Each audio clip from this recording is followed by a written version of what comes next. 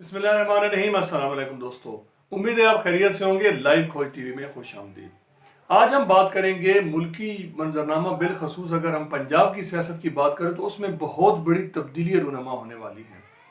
उसकी हालिया कुछ मिसालें आपने देखी होंगी, जैसा कि सोशल मीडिया पर एक जहांगीर खान तरीन का पैगाम चल रहा है जो उन्होंने अपने जहाज़ में बैठकर रिकॉर्ड करवाया है। उस जहाज़ के पैगाम का मतलब क्या है? इसके अलावा मियां शहबाज शरीफ जो कि आजकल बहुत ही ज़्यादा एक्टिव नज़र आ रहे हैं और वो एक नया प्लान लेकर आए हैं हुकूमत को गिराने का। कौन कौन उनके साथ है और सबसे बढ़कर ये कि ये जो गठजोड़ बनने जा रहा है, इसको जो मौजूदा हुकूमत है वो केटर करने में कहाँ तक कामयाब होगी। मौजूदा हुकूमत के पास ऐसे कौन से हथियार हैं जिनकी वजह से वो इसको केटर कर पाएगी, या वही हथियार हुकूमत के खिलाफ इस्तेमाल होंगे।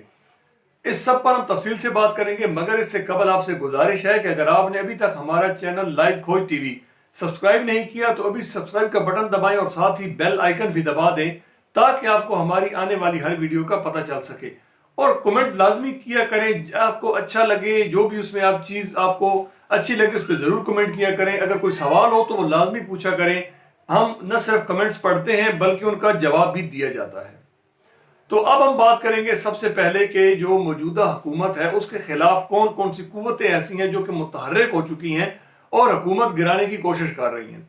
ये जो हुकूमत गिराने का सिलसिला है ये अभी से शुरू नहीं हुआ। अगर थोड़ा सा पहले जाएं तो जहांगीर खान तरीन का जो पैगाम है उस पर हम बात करते हैं कि जहांगीर खान तरीन का पैगाम और जो मौजूदा सूरत हाल है इसका आपस में लिंक क्या है। जहांगीर खान तरीन ने जो पैगाम दिया है वो ये है कि अगर मेरा जहाज ना होता तो ना ही खान साहब धरने को कामयाब बना सकते थे और ना ही हुकूमत कामयाब हो सकती थी।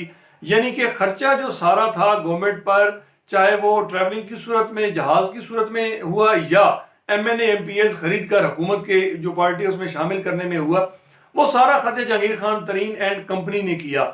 मगर एट द एंड क्या हुआ कि जहांगीर खान तरीन तो नाअहल थे, मगर उनको जो बाकी ग्रुप था उनको भी अहम वजारतें और मरात नहीं दी गई। तो हुआ ये कि खर्चा साढ़ा नखरे लोकां दे, तो जहांगीर खान तरीन को नजरअंदाज करना शुरू कर दिया गया। फिर इस हद के बात इस हद तक बढ़ी कि जो आजम खान है उनके साथ जो उनका झगड़ा हुआ, उनको जो स्पेशल टास्क फोर्स बराए एग्रीकल्चर थी उससे भी हटा दिया गया। तो अब चीनी का स्कैंडल आ गया। तो ये सारी चीजें जब जहांगीर खान तरीन एंड ग्रुप ने देखी तो उन्होंने कहा कि नहीं भाई, इस तरह तो काम नहीं चलेगा। पाकिस्तान मुस्लिम लीग काफ जो है वो हुकूमत की इत्तेहादी जमात है, उसको जमात में लाने और जब वो रूठी तो उसको मनाने का टास्क भी जहांगीर खान तरीन को ही दिया गया। अब सारे जो मुश्किलात हैं वो जहांगीर खान तरीन एंड कंपनी बर्दाश्त करे और जो सारी मरात हैं वो मुखालिफ ग्रुप। तो यूं फिर ये जो सर्द जंग थी ये एक मरहले में जब दाखिल हुई तो चौधरी जो हैं वो एक और जहन के मालिक हैं। वो हर एक के साथ कंप्रोमाइज, मिट्टी पाओ और आगे चलो के फार्मूले पर अमल करते हैं। अब उन्होंने जो पिछली बातें थी उन सबको मिलाया।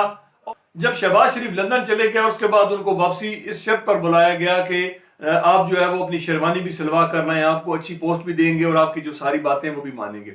मगर जब वो यहाँ पाकिस्तान पहुंचते हैं तो मामला उलट हो जाता है, बज़ाहिर उलट हो जाता है। तो अभी मुस्लिम लीग काफ, अभी इत्तेहादी अपोजिशन और जहांगीर खान तरीन जो ग्रुप है वो एक हो गए हैं और उन्होंने जो एक प्लान बनाया है वो इंतहाई खतरनाक प्लान है।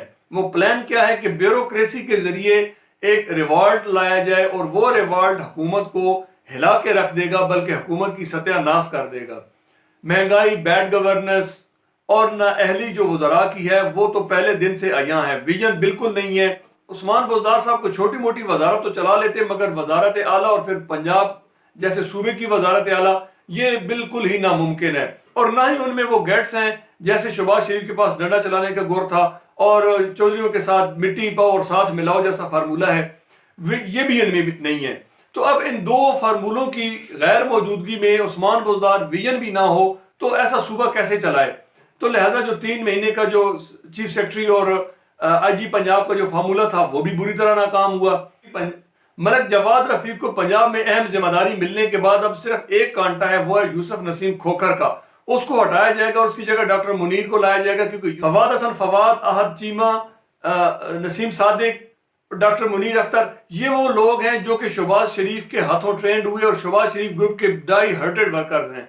تو اب یہ پلان بنا ہے کہ سب سے پہلے پنجاب کی بیوروکریسی میں ریوارڈ لایا جائے، حکومت کو ڈی فیم کیا جائے، حکومتی وزراء کی جو نااہلی ہے اس کو زیادہ عیاں کیا جائے، اور وہاں پر اپنے اپنے بندے لا کر شہباز شریف سے ڈائریکٹ وہ ہدایات لیں گے، اور ایک پیرلل سسٹم چلے گا جو کہ اسٹیٹ ود ان اسٹیٹ بھی ہم اسے کہہ سکتے ہیں، جس کی لیڈ جو ہے وہ شہباز شریف اور کسی حد تک اس کو جو لیڈ ہے وہ فواد حسن فواد کریں گے، اور اس کے بعد وفاقی سطح پر بھی اسی طرح کا ریوارڈ لایا جائے گا، وہاں پر بھی اپنے جو کام کے جو اپنے اعتماد کے بندے ہیں ان کو لایا جائے گا، اور ان کی مدد سے وفاقی حکومت کو بھی ڈی فیم کیا جائے گا۔ ناظرین، اب جو لیتھل فارمولہ بن رہا ہے وہ یہ ہے کہ جہانگیر خان ترین، پاکستان مسلم لیگ کاف اور پاکستان مسلم لیگ نون یہ ایک پیج پر موجود ہیں، اور جو بیوروکریسی ہے وہ ان دو گروپس کے پاس ہی ہے، یا بیوروکریٹس شہباز شریف کے پاس ہیں جو کہ سب سے زیادہ ہیں، یا بیوروکریٹ پاکستان مسلم لیگ کاف یعنی کہ چودھری پرویز الہی گروپس کے ہیں، چونکہ ان دونوں خاندانوں نے کافی عرصہ تک پنجاب پر حکومت کی، اور جو پنجاب کی بیوروکریسی ہے اس کا 80% کا تعلق بھی اسی علاقے سے ہی ہے۔ اب ہوگا، اور انہی علاقوں میں، اور جو نون لیگ کے اکثریتی علاقے ہیں اس کی جو بیوروکریسی ہے وہ نون لیگ کی ڈائی ہارڈ ورکر بھی ہے۔ اب ہوگا کیا کہ جیسے ہی یہ ریوارڈ آئے گا اور جیسے ہی یہ بیوروکریسی جو ہے وہ اپنی ڈگر چھوڑے گی، تو موجودہ حکومت کے لیے کام کرنا مشکل ہی نہیں ناممکن بھی ہو جائے گا، کیونکہ ایک تو کورونا کی وجہ سے پورے ملک میں ویسے ہی افراتفری پھیلی ہوئی ہے، اور دوسری بات یہ ہے کہ حکومت کا کمانڈ اینڈ کنٹرول سسٹم بالکل صفر ہو چکا ہے۔ بیڈ گورننس کا یہ عالم ہے کہ حکومت اگر آلو کی قیمت کنٹرول کرتی ہے تو پیاز بے قابو ہو جاتے ہیں، پیاز کی کنٹرول کرتی ہے تو ٹماٹر بے قابو ہو جاتے ہیں۔ تو یہ صورتحال ہے۔ سبزی کی قیمت جس حکومت سے کنٹرول نہیں ہو رہی، وہ حکومت امپورٹ ایکسپورٹ اور جو بڑے منصوبے ہیں ان کو کیسے کنٹرول کرے گی؟ حکومت کی بیڈ گورننس کا یہ تاثر ایک خاص ترتیب سے بنایا جا رہا ہے، اور آخر میں ہوگا کیا کہ یہ تاثر اتنا مضبوط ہو جائے گا کہ ان پر چھاپ لگ جائے گی کہ یہ نااہل اور نکمے ترین لوگ ہیں، ان سے کام کرنا یا ڈیلیور کرنا ان کے بس کی بات ہی نہیں۔ رہی صحیح بات، بی آر ٹی منصوبہ ایک واحد منصوبہ تھا جو کہ ان کی نااہلی کو اہلی میں ثابت کر سکتا تھا، مگر اس منصوبے میں بھی یہ بری طرح ناکام ہوئے، اور جو اگر سارے سینیریو میں دیکھا جائے تو حکومت کے لیے بہت ہی برا وقت آ گیا ہے، کیونکہ بیوروکریسی ہی واحد وہ ٹول ہے جس کی وجہ سے انتظامی مشینری کو بہتر، رواں اور ایک مؤثر طریقے پر چلایا جا سکتا ہے۔